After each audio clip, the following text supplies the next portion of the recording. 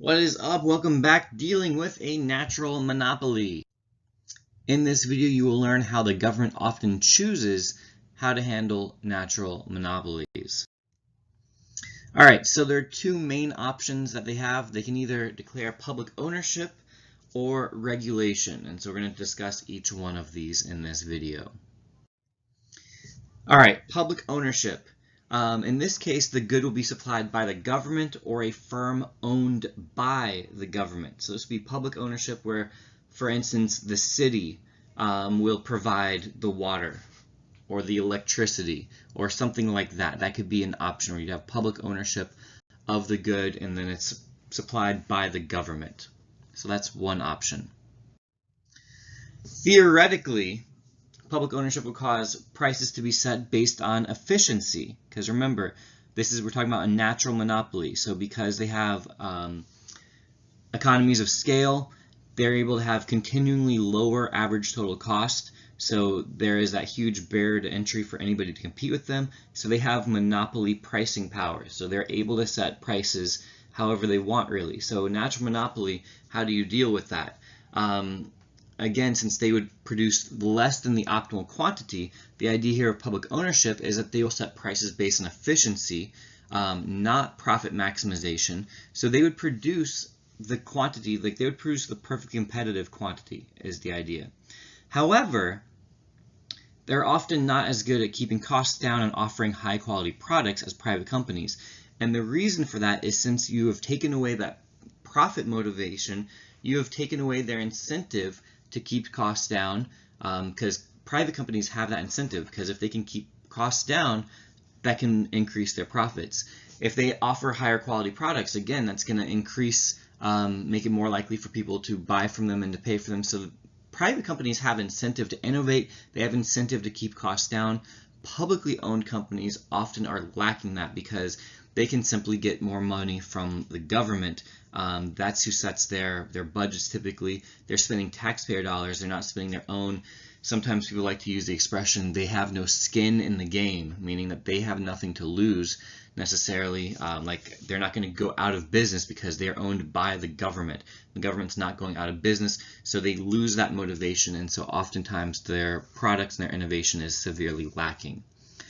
Additionally, another negative is that they often end up serving political interests, providing jobs and contracts to politically connected people. Again, not ones who can do the job the best or for the lowest cost, but rather based on who people know. And so there are some definite downsides to public ownership, so economists generally don't favor public ownership. So what about regulation? Regulation limits the price that a monopolist is allowed to charge. So now the monopolist is allowed to be a private company, but they're not allowed to charge the monopoly price anymore. So let's go to the next slide so we can actually kind of look at the graph and see why this might be and whether this would be effective or not. All right, so again, before we even get into the words on this slide, just remember, on the left-hand side, you have the picture of the unregulated natural monopoly. And they're going to charge the price where, so they've produced a quantity where marginal cost intersects marginal revenue, so that's QM here, and then they find their price based on the demand curve at that quantity, so we move up, and you see that PM, monopoly price, is the price that they are going to charge here. So as a result, we see that their quantity produced is going to be less than the efficient quantity, which would be way out to the right, where you have that intersection of marginal cost and demand curve. So they're producing much less. So that's often seen as a bad thing, because again, remember, natural monopoly, the other thing to notice from this graph is, remember, the ATC curve is not U-shaped for a natural monopoly, because remember that because the monopolist, the natural monopolist, has economies of scale, that's reducing their cost for each additional unit that they produce. So their average total cost is continuously decreasing. So they're able to produce cheaper and cheaper the more that they produce on average total cost.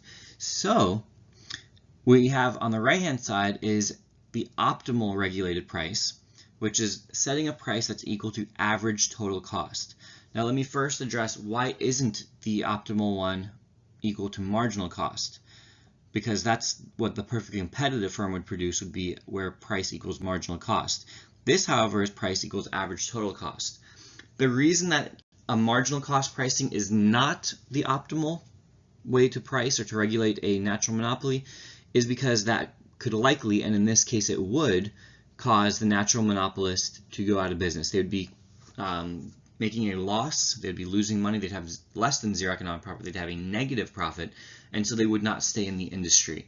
So this is kind of the concession that you can't have marginal cost pricing because marginal cost is lower than average total cost for a natural monopoly. That will always be the case. So if you tried marginal cost pricing, it would put them out of business, and that's not the goal here. So the next best option is to give them a price equal to average total cost. And if you set that price average total cost, they will make zero economic profit. Remember, that can still be a positive accounting profit, but zero economic profit. And so they will be able to stay in business. All of the surplus becomes consumer surplus.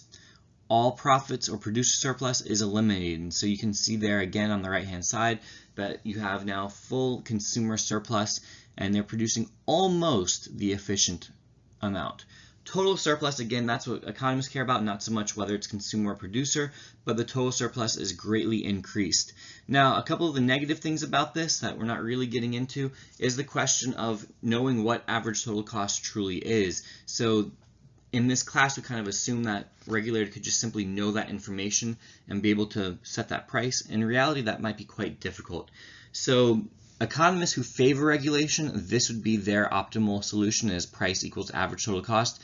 There are plenty of economists, however, who still would say that this gets too messy and it's better not to regulate it at all and simply let the market run as efficiently as it can. This has been a LaMoney production.